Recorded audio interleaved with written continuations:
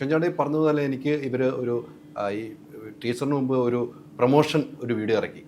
അതിൽ രസകരമായ മുഹൂർത്തങ്ങളാണ്. അപ്പോൾ ഷെൻചാണ്ടൻ വരുമ്പം അമരത്തിലെ പാട്ട് പാടിക്കൊണ്ട് അവർ ശബരീഷ് പറയും കളിയാക്കുന്ന രീതിക്ക് രസമായിരുന്നു ആ പ്രൊമോഷൻ.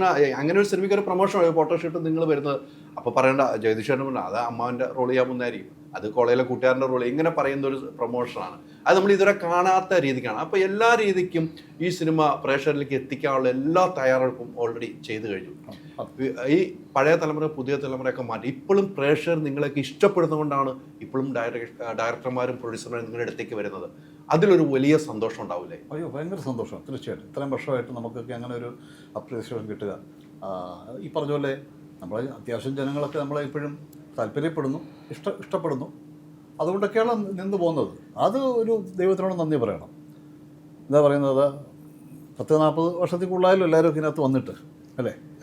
അപ്പോൾ ഈ ഇപ്പോഴും ഇങ്ങനെ നല്ലൊരു ടീമിൽ വർക്ക് ചെയ്യാൻ സാധിക്കുന്നു. സഹപ്രവർത്തകർ നല്ലതാണ് എന്നെ സംബന്ധിച്ച്. അവർക്കും അങ്ങനെ ആയിരിക്കും അഭിപ്രായം. അപ്പോൾ അതൊക്കെ ഒരു ഒരു സ്നേഹമെന്നോ ഗുരുത്വം എന്നൊക്കെ പറയാം, വേറെ ഒന്നുമല്ല. അങ്ങനെ കഴിഞ്ഞു പോകുന്നു. വളരെ ബുദ്ധിമുട്ടാണ് കഴിഞ്ഞു പോകുന്നത്. കഴിഞ്ഞു പോകാൻ ബുദ്ധിമുട്ടാണ്. സിനിമയിൽ ബുദ്ധിമുട്ടുള്ള കാര്യമാണല്ലോ കഴിഞ്ഞു പോകുന്നുള്ളത് അല്ലേ. സിനിമയുള്ള ബുദ്ധിമുട്ടാണ്, വളരെ ബുദ്ധിമുട്ടാണ്. ബുദ്ധിമുട്ടെന്ന് പറഞ്ഞാൽ നമുക്ക് എല്ലാവർക്കും വെല്ലുവിളികളുണ്ട്. ഇപ്പം ഞാൻ പറഞ്ഞത് നമ്മളെ കണ്ടിട്ടുള്ളതിൽ ഏറ്റവും പാവം പയ്യൻ എന്ന ഫീലിംഗ് നമുക്ക് തന്നിട്ടുള്ളത് വിനീതാണ്.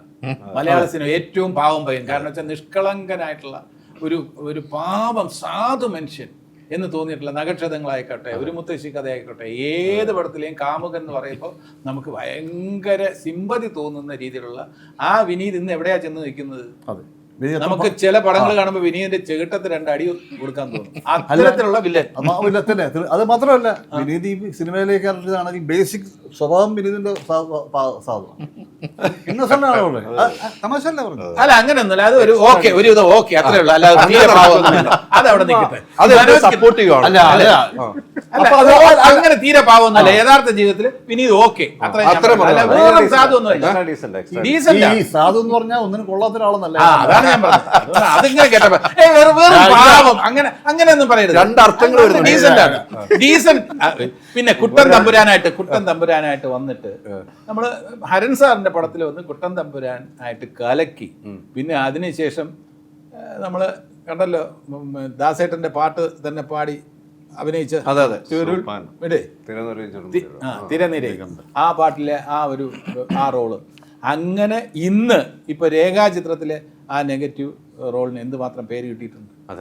അപ്പൊ അന്ന് ചെയ്ത കുട്ടൻ തമ്പുരാനെ വെച്ച് ഇങ്ങനെ ഒരു നൂല് പോലെ പിടിച്ചിട്ട് ഇപ്പൊ ഇറങ്ങിയ രേഖാചിത്രത്തിലും ഒരു പേര് മനോജ് കെ ജയൻ ഗംഭീരമായിട്ടുണ്ട്, തന്നെ ഏൽപ്പിച്ച വേഷം ഗംഭീരമായിട്ട് ചെയ്തിട്ടുണ്ടെന്നൊരു പേര് കിട്ടി മുന്നോട്ട് പോകണമെങ്കിൽ ഓരോ ദിവസവും വെല്ലുവിളിയാണ്, നമുക്കെല്ലാവർക്കും വെല്ലുവിളിയാണ്. ഈ വെല്ലുവിളി യുവതലമുറയ്ക്കും ഉണ്ട്. രാജേഷ് മാധവൻ നല്ല വെല്ലുവിളിയാണ്. യുവതലമുറയ്ക്ക് വലിയ വെല്ലുവിളിയായിട്ട് നിങ്ങൾ ഈ വരുന്നത്. രാജേഷ് മാധവൻ ഒരു ചിത്രം സംവിധാനം ചെയ്തുകൊണ്ടിരിക്കുകയാണ്. അപ്പം എന്തെല്ലാം വെല്ലുവിളികൾ ഏറ്റെടുത്തുകൊണ്ടിരിക്കുകയാണ്. ഇതിനകത്ത് നെഗറ്റീവ് ഷെയ്ഡ്സ് ചെയ്തിട്ട് ഇനിയിപ്പോൾ ഇതിൽ നായകനായിട്ട് വരുമ്പോൾ ആ നെഗറ്റീവ് റോളുകൾ വല്ലതും പ്രേക്ഷകരുടെ മനസ്സിലുണ്ടാവുമോ എന്നുള്ള ചിന്തയൊക്കെ കാണും. പക്ഷേ ആ ചിന്ത ഒന്നും രാജേഷ് മാധവനെ സംബന്ധിച്ചിടത്തോളം ഉണ്ടാകേണ്ട കാര്യമില്ല. ഇതിൽ വേറെ എൻറ്റയർലി ഡിഫറെന്റ് ഒരു രാജേഷ് മാധവനെ നമുക്ക് കാണാൻ കഴിയും. ധീരനായിട്ട് നമുക്ക് കാണാൻ പറ്റും. തീർച്ചയായും ആരാണെന്ന് നിങ്ങൾ പറയുന്നതിലും യഥാർത്ഥ ധീരനെ തീർത്തിപ്പി കാണേണ്ടി. Ultra modern kitchen devices. ഒരു കിച്ചണിൽ വേണ്ട എല്ലാ ലേറ്റസ്റ്റ് ബ്രാൻഡുകളും ഇവിടെയുണ്ട്.